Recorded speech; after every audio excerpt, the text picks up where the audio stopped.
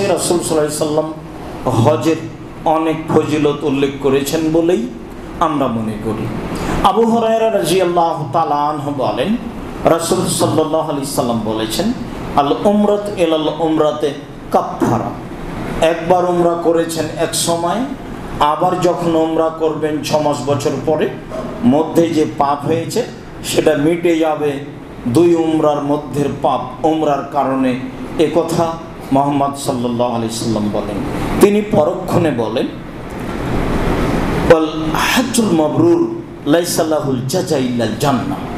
আর কবুল হজের বিনিময় জান্নাত ছাড়া কিছু নেই।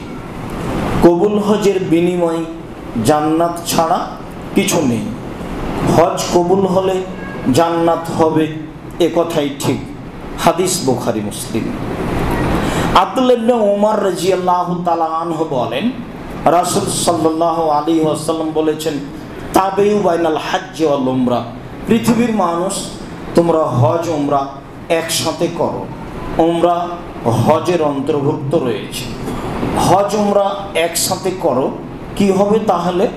ফাইনামিয়ান ফিয়ানে আল ফাকরা ওয়াজ যুনুবা।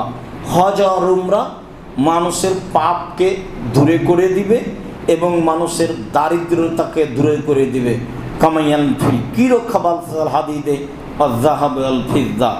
যেমনভাবে কামারের ভাটি, কর্মকারের হাপড়ের সে আগুন, যেমনভাবে কর্মকারের ভাটি, কর্মকারের কামারের ওই হাপড়ের আগুন লোহার ময়লাকে, স্বর্ণচাঁদির ময়লাকে দূর করে দেয়, তেমনিভাবেই হজ উমরা মানুষের পাপকে দূর করে দিবে এবং দারিদ্রতাকে দূর করে দিবে। বোঝা যাচ্ছে যে হজ উমরা করলে টাকা কমবে না, বাড়বে। সাধারণত দেখা যায় মানুষ একবার হজ করার পরে আবার করার স্বাদ জাগে। আচ্ছা, আর একবার উমরায় যাব, এভাবে সে সিদ্ধান্ত নিয়ে ফেলে, বা একাধিকবার উমরা করতে আছে, যা আমাদের সামনে ধরা পড়ে। অনেকেই একবার খুব কষ্ট করে হজ উমরায় গেছে, দেখা যায় কিছুদিন পরে আবার যাচ্ছে। কথার রহস্য কিভাবে তা আল্লাহই ভালো জানেন। আল্লাহ নবী বললেন, হজ উমরা মানুষের পাপকে দূরে করে দেয় আর মানুষের দারিদ্রতাকে দূরে করে দেয়, এ কথা তিনি বলেন। আবু হুরায়রা রাদিয়াল্লাহু তাআলা আনহু বলেন, রাসূল সাল্লাল্লাহু আলাইহি সাল্লাম বলেছেন, ইন্নাল উমরাতা ফি রমাদানা তা'দিলু হাজ্জা। কেউ যদি রমজান মাসে উমরা করে তাহলে সে হজের সমান নেকি পাবে। হাদিস বুখারী মুসলিম। কেউ যদি রমজান মাসে উমরা করে তাহলে সে হজের সমান নেকি পাবে। হাদিস বুখারী মুসলিম। এই হাদিসের সুবাদে হয়তোবা মানুষ খুব প্রস্তুতি নেই, এই রমজানে আমাকে উমরায় যেতেই হবে। হ্যাঁ, প্রস্তুতি নেক, যেহেতু অনেক নেকির ব্যাপার। তবে একদিন বলেছিলাম, রমজান মাসে উমরা করলে বেশি নেকি হবে না ওই টাকা দান করলে বেশি নেকি হবে? তখন তো ভুলে গেছি, মনে হয় মনে নেই। তখন তো বলছিলাম যে হজ মানুষের উপকার করতে পারে, হজ করে সে জান্নাত কিনতে পারবে না, জান্নাত পেতে পারে। দুটার মধ্যে তফাৎ দান এবং হজ উমরার মাঝে। উমরা করে মানুষ জান্নাত পেতে পারে, জান্নাত কিনতে পারবে না। এরকম পথঘাট দান ছাড়া অন্য কোনো ইবাদতের মাধ্যমে নেই। তা কোরআন তেলাওয়াত হোক, তা তাসবিহ তাহলিল হোক, তা সালাত হোক, তা সিয়াম হোক, তা হজ হোক, তা উমরা হোক, যেটাই হোক না কেন, এ দিয়ে জান্নাত কিনা যায় না, এ দিয়ে জান্নাত পাওয়া যায়। পৃথিবীতে একটাই ইবাদত যা দিয়ে জান্নাত কিনা যায়, তা হলো দান। সেদিন বলছিলাম। সম্মানিত দিনী ভাই বোন, রাসূল সাল্লাল্লাহু আলাইহি ওয়াসাল্লাম এই কথা বলেছেন, ইন্নাল হাজ্জা ইয়াহদুমু মা কানা কাবলাহু। নিশ্চয় হজ অতীতের যত পাপ আছে সবকে ধ্বংস করে দেয়। হজ করলে আর কোনো পাপ থাকে না। সংক্ষিপ্ত বলার আশায় এই অংশ থেকে ছেড়ে চলে যাই। এবার চলেন হজের কাজ আরম্ভ করতে যাই। সম্মানিত দিনী ভাই বোন, হজের জন্য নির্ধারিত স্থান রয়েছে। ইবনে আব্বাস রাদিয়াল্লাহু তাআলা আনহু বলেন, ওয়াক্কাতা রাসূলুল্লাহ সাল্লাল্লাহু আলাইহি সাল্লাম লিআহলিল মদিনা দাল হুলাইফা, মদিনাবাসীদের জন্য ইহরাম বাঁধার জায়গা আল্লাহর নবী ঘোষণা দিলেন জুল হুলাইফা, যা মক্কা থেকে প্রায় 400-450 কিলোমিটার দূরে। তিনি বললেন ওয়ালি আহলি শাম আল জোহফা, সিরিয়াবাসীর জন্য জোহফা। তিনি বললেন ওয়ালি আহলি নাজদিন কারনা মানাজিল, আর নাজদবাসীদের জন্য কারনা মানাজিল প্রায় 75 কিলোমিটার দূরে রয়েছে। বলে আহলি ইয়ামান এলামলাম, আর ইয়ামানবাসীদের জন্য এলামলাম।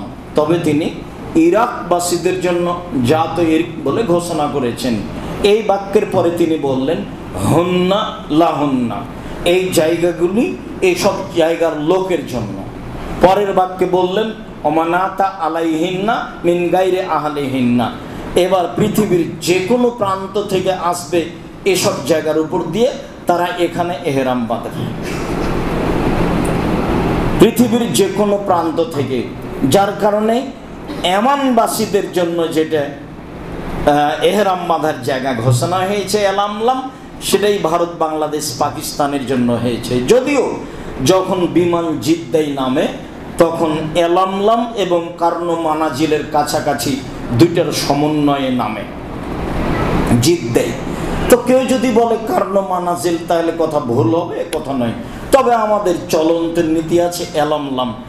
জিদ্দায় বিমান নামার অনুমানিক 15-20-25 মিনিট পূর্বে, এর আগে যে কোনো জায়গাতে মানুষ এহরাম বাঁধলে সে বেদাত করলো, তার হজ হবে না, এ কথাই ঠিক। যদিও হাজারো লাখো মানুষ ঢাকা হাজি ক্যাম্পে এহরাম বাঁধছে, যদিও হাজারো মানুষ ঢাকা বিমানবন্দরে চিৎকার করছে লব্বাইক আল্লাহুম্মা লব্বাইক লব্বাইক লা শারীকা লাকা লব্বাইক, তাহলে মুহাম্মদ সাল্লাল্লাহু আলাইহি সাল্লাম কেন? আমি একদিন হজ ক্যাম্পে এক বেশ বড় পাগড়ি বেঁধে আছে জনৈক মৌলানাকে বলেছিলাম, ভাইজান আল্লাহর নবী তো এহরাম বাঁধার জন্য নির্ধারিত জায়গা উল্লেখ করেছেন, তা আপনি যে এখানে শিখাচ্ছেন। তখন উনি আমাকে উত্তরে বললেন বাড়ি থেকে এহরাম বাঁধলেও হবে। তার মুখের ভাষা নকল করলাম, তাহলে আর আপনি নবী দিয়ে কি করবেন? আল্লাহর নবী তো বললেন এই জায়গাগুলি এই সব জায়গার লোকের জন্য, তারপর পৃথিবীর যে কোনো প্রান্তের লোক এই জায়গার উপর দিয়ে আসবে, তারা এখানে এহরাম বাঁধবে। এই কথাই তো তিনি বললেন, হাদিস বুখারী মুসলিম। তাতে তিনি বললেন হাত্তা আহলু মক্কা মিন মক্কা, মক্কার লোকেরা কোথাও এহরাম বাঁধে যাবে না, নিজ নিজ বাড়ি থেকে এহরাম বাঁধে বের হবে। তানিমে যাওয়া বিদআত, মক্কার লোককে তানিমে যেতে হবে। আবার হাজারো লাখো হাজি দিন রাত আয়েশা মসজিদ তানিমে গিয়ে এহরাম বাঁধছে আর উমরা করছে। অবাক কথা, আয়েশা রাদিয়াল্লাহু তাআলা আনহার হাজ হয়েছিল, তিনি উমরা করতে পারেননি। হজ শেষে আয়েশা বললেন সবাই যাবে হজ উমরা নিয়ে বাড়ি, আর আমি শুধু হজ নিয়ে যাব। তখন আল্লাহ রাসূল বললেন আব্দুর রহমান, যে তোমার বোনকে নিয়ে যাও তানিমে, এহরাম বাঁধাও, উমরা করাও। তখন তিনি বোনকে নিয়ে গেলেন তানিমে, এহরাম বাঁধালেন, উমরা করলেন। নিজে কিন্তু এহরামও বাঁধেননি, উমরাও করেননি। আবু বকর সিদ্দিকের ছেলের উমরা করা লাগে না তানিমে এহরাম বেঁধে, আর আপনার লাগে? ধর্ম পাগল হয়ে গেছে। আমার বুঝ অনুপাতে 1999 জন হাজি বেদাতি মুশরিক। এতে সহযোগিতা রয়েছে মুআল্লিমেরা, এতে সহযোগিতা রয়েছে স্বয়ং সরকার নিজে। দুইজন মানুষ এক জায়গাতে যেন দাঁড়িয়ে কথা না বলতে পারে, এই ব্যাপারে মক্কা এবং মদিনা টেন্ডার দেওয়া আছে ব্যক্তিকে। যারা বহু টাকা নিয়ে টেন্ডার নিয়েছে তাদের দায়িত্ব কোথাও যেন হইচই না হয়, হজ হোক আর না হোক, তাতে আপনার কি? 40% জায়গায় ফাঁকা থাকে, অথচ আপনাকে ঢুকতে দেয় না, প্রায় শতকরা 40%। কেন? যারা টেন্ডার নিয়েছে তারা তো গন্ডগোল হতে দিবে না। যদি গন্ডগোল হয়ে যায় তাহলে সরকার তার পরের বছর তাদেরকে আর দিবে না। তাহলে হজের রিস্কের উপরে কেউ নেই, সবাই আছে যাতে করে কোনো সমস্যা না হয়, যাতে করে কোনো গন্ডগোল হইচই না হয়। তাহলে যার যেটা তার সেটা, যার যেটা তার সেটা। টাকার প্রয়োজন যার, সে সেটা করছে, যার নিরাপত্তার প্রয়োজন সে সেটা করছে। হজ ছিল আপনার কিন্তু আপনি তো আর টিকতে পারলেন না। যাক, বলছিলাম সম্মানিত দিনী ভাই বোন, আমরা হজের একটি বিবরণ পেশ করার চেষ্টা করব মনে করছি অল্প সময়ের মধ্যে ইনশাআল্লাহ। আল্লাহুম্মা সাল্লি আলাইহি, আল্লাহুম্মা বারিক আলাইহি।